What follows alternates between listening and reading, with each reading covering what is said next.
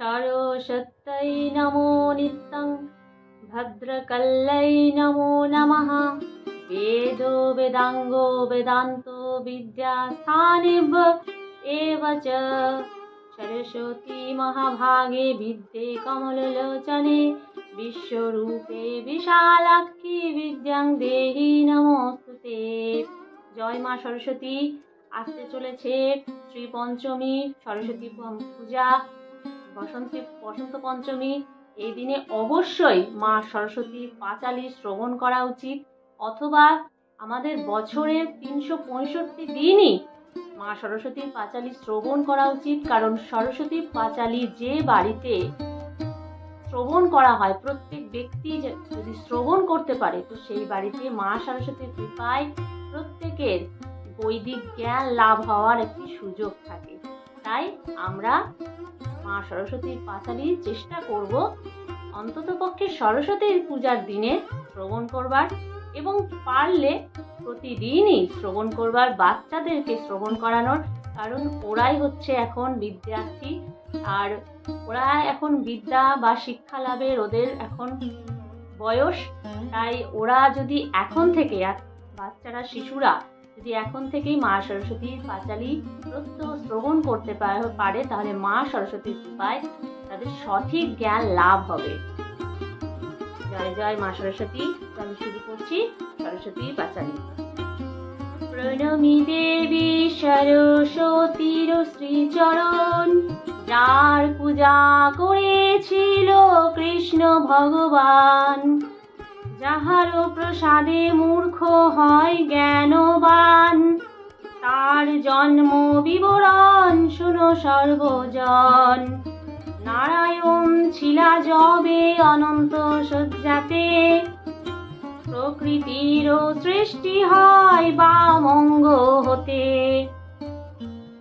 একই প্রকৃতি পরে নানা মূর্তি লয়, তারই অন্য রূপ সরস্বতী যে হয়।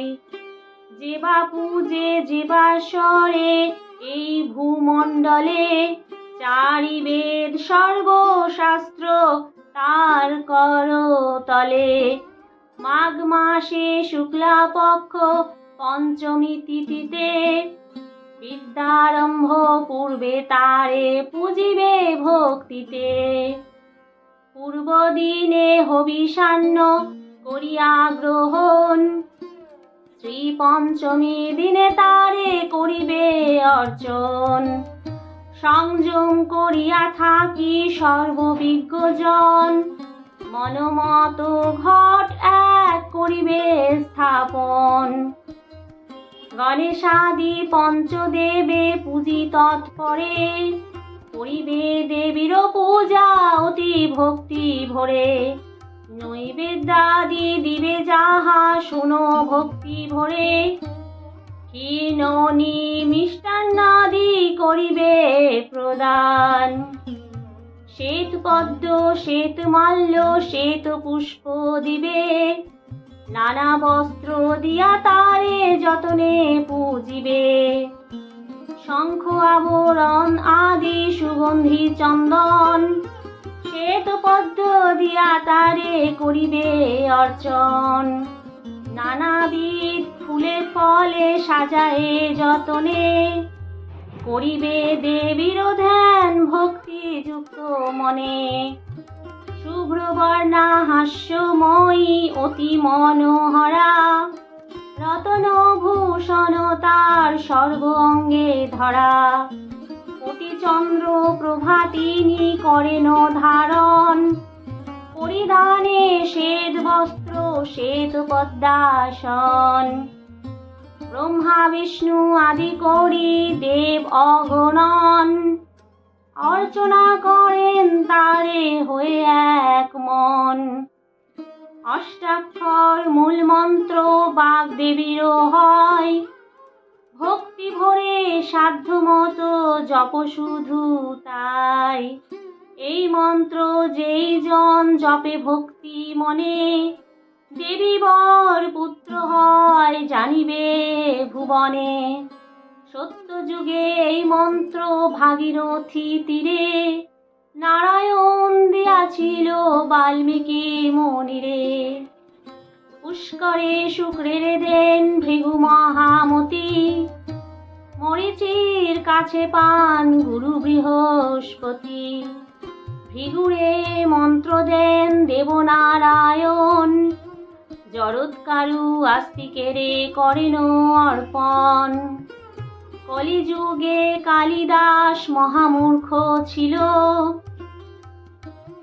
দেবীর কৃপায় সে যে মহাকবি হলো। বাক্যেরও দেবতা তিনি বাগদেবী নাম, তাহারও কৃপায় কথা বলি অবিরাম। কাম মোক্ষ যাহা কিছু সংসার ভিতরে, সকলই অসার যদি বাক্য নাহি স্ফুরে। মনুষ্য হইয়া যে বা না পূজে তাহারে, সপ্তকল্প মূর্খ হয়ে থাকে সংসারে। মূর্খ হয়ে যে জনার পঞ্চজন্ম যায়, অতি দুঃখে দিন কাটে নাহি সংশয়। পূজান্তে বাগদেবীর বন্দনা করিবে, তারপর ভক্তি ভরে নির্মাল্য লইবে। জয় মা সরস্বতী, জয় মা সরস্বতী।